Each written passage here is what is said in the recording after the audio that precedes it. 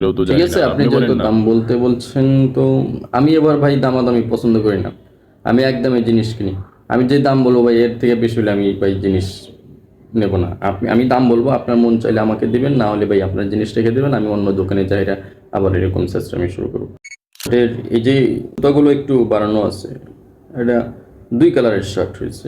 আচ্ছা, এটা সমস্যা নেই, একদম ভাই 500 দেবো।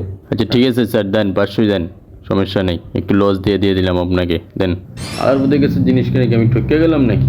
হ্যাঁ, এলার না, দামও নেই, বেশি গয়লাইছি। না, এটা যেমন কেটে পড়তে হইব। ঠিক আছে, শার্ট, হ্যাঁ, প্যাক করো, প্যাক করো। শালার মাঝে মধ্যে যে কি ভুল করে ফেলি, বুঝছেন নি? তো মানি ব্যাগটা তো রেখে আসছি আমার বইয়ের কাছে। তো আচ্ছা ঠিক আছে, চলে এটা প্যাক করো, প্যাক করে সুন্দর করে এক সাইডে রাখো। এটা কিন্তু অন্য কারোর কাছে বিক্রি করবো না, ঠিক আছে? এটা কিন্তু আমি নিয়ে যাবো, হ্যাঁ?